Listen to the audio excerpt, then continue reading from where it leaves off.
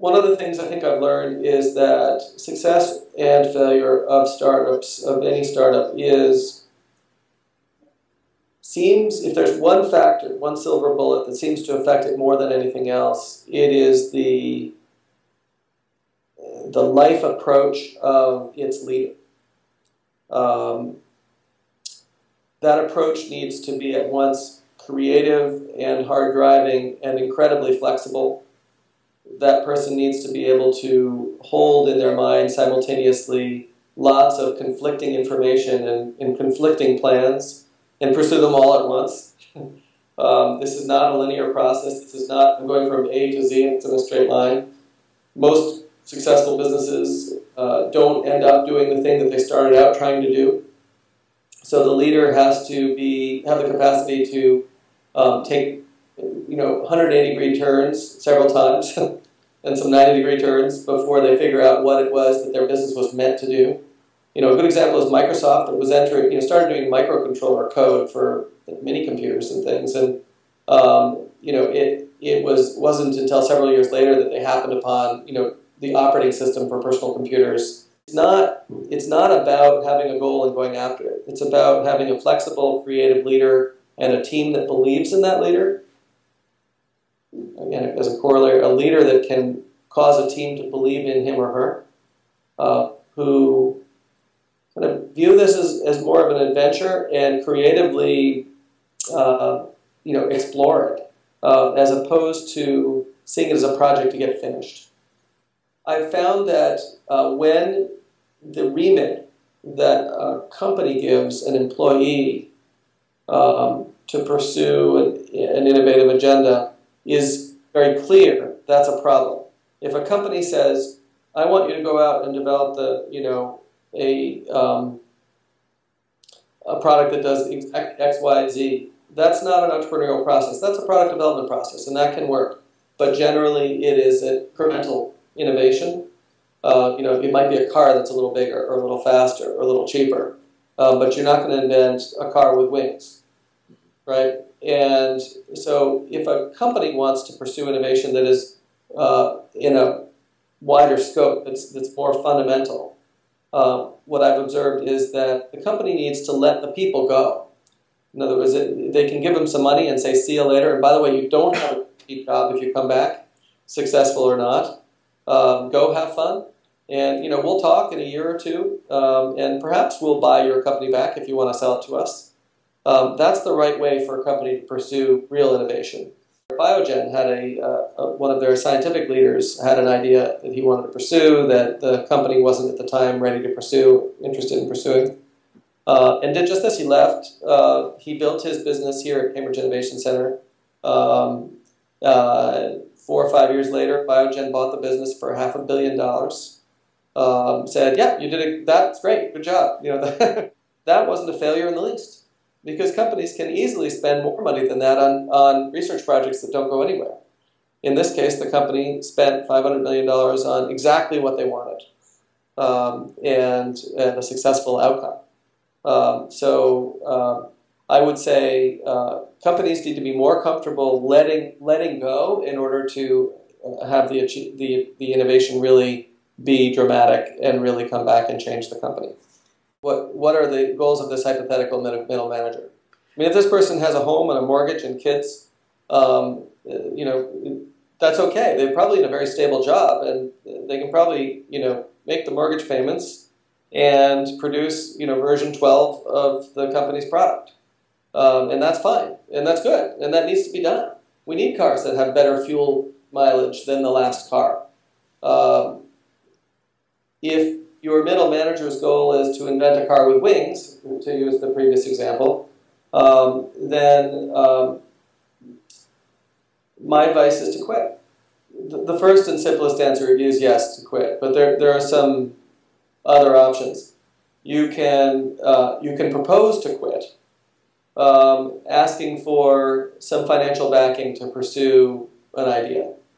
If you're good, your managers may find it much easier to support you to do that than they will to support you to do that with what you're going to try to do within the company.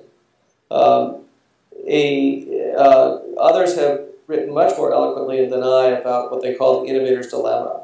Clay Christensen is the guru here, but it is really true that if you are trying to invent something that threatens a company's core business, it's better it's very difficult to actually achieve it. The system will kill it, even without intending really to. And yet, senior managers, probably has to be sufficiently senior to be able to do this, may see the value in your red teaming the company, coming up with something which is radically different and a little bit scary on the outside. And in exchange for being able to follow that and possibly have an opportunity to buy it back or incorporate it down the line, they're probably willing to pay something. If this seems too scary for you, then this might not be the right path for you. The path of climbing the cliff face without a safety line isn't for everyone. And what I would say, though, is that to refer to the lack of the safety line. The lack of the safety line means that there isn't a business there that's going to pay your salary even if this project fails, right? If you can't live without that, then you're probably not, you shouldn't be in the high-risk innovation category. But if you're thinking about that, be aware that it's really not as bad as it seems. In other words, if you have the skills to go out and create new things, there are a lot of people that want that support, those skills. And you will find, if you're sufficiently a social person and you connect and you interact with others, so you're kind of in a milieu of activity, you're not kind of off on your own in a mountaintop, that if the project you're working on fails, there will be lots of other projects around where you can help others succeed and get paid for it. So you're likely to do okay economically, is what I'm really trying to say, even if what you're pursuing doesn't work out. But you have to be willing to take that kind of risk. You can sometimes prepare economically for it. You can dial your consumption back to the point where you can take risks. I know entrepreneurs living in rooms, with 10 bunks to a room, who pay very little to live, whose transportation is a bike. They don't buy gas. They don't have auto insurance. They don't have family and kids yet. They can take a lot of risk. Well, one question is, what is the role of an established corporation in the innovation ecosystem? I've just said that it's difficult for established corporations to themselves kind of create the car with wings, metaphorically. Let's imagine that someone has created a car with wings and that you're an established car company. There are a tremendous number of things that you would be very good at. You have a sales and service infrastructure that took you decades to build. You have manufacturing plants, which you have billions of dollars invested in, and which are probably just fine at making cars with wings once somebody has figured out how to do it and what's involved. So don't sell yourself short. Don't assume that you have to own and control every piece of this. If you assume that, then you feel that all the innovation has to happen inside so that you own it 100% and so forth. That path can work for Apple under Steve Jobs' leadership and a few other places, but it's not a commonly successful path. But what can happen is that you, as a big corporation, can learn to partner with very small companies where they're bringing the inspiration and they've taken the high risk to kind of come up with a car with wings, and you bring an institutional set of resources which is several orders of magnitude greater than what any startup could bring to the party. And you can make that product successful in the market in a way that others can't. In the PC tablet industry, there are dozens of Chinese companies that made tablet PCs that failed, but it wasn't until Apple and Amazon with their iPad and their Kindle brought their corporate presence to that market did those products really go far. So let someone else do the innovation and figure out what a tablet is and what it should look like and what you might use it for, and then take it inside and push it out into the marketplace with your strength as a big company. Love them to bits. Support them to do what they want to do. Don't kill their curiosity and inquisitiveness with I'm not a tiger dad. We've exposed them a lot to the rest of the world. We just got back from a 2-week family vacation in Japan. traveling in the hinterland and living with a Japanese family and other things like that. And I hope that it will leave them feeling more comfortable with the world. This and similar things we've done elsewhere. Comfortable with the world than some. I don't know. I hope that's helpful. Read a lot to them. Inspire them to read. We have a monthly all-hands meeting with all of our staff, including our junior staff and part-timers and things.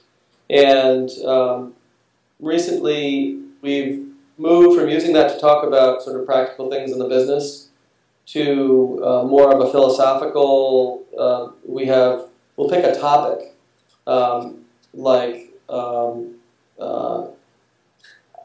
something along the lines of what to do if somebody asks you a question, you feel like the answer is no. A client asks you a question, or a customer, you feel like the answer is no.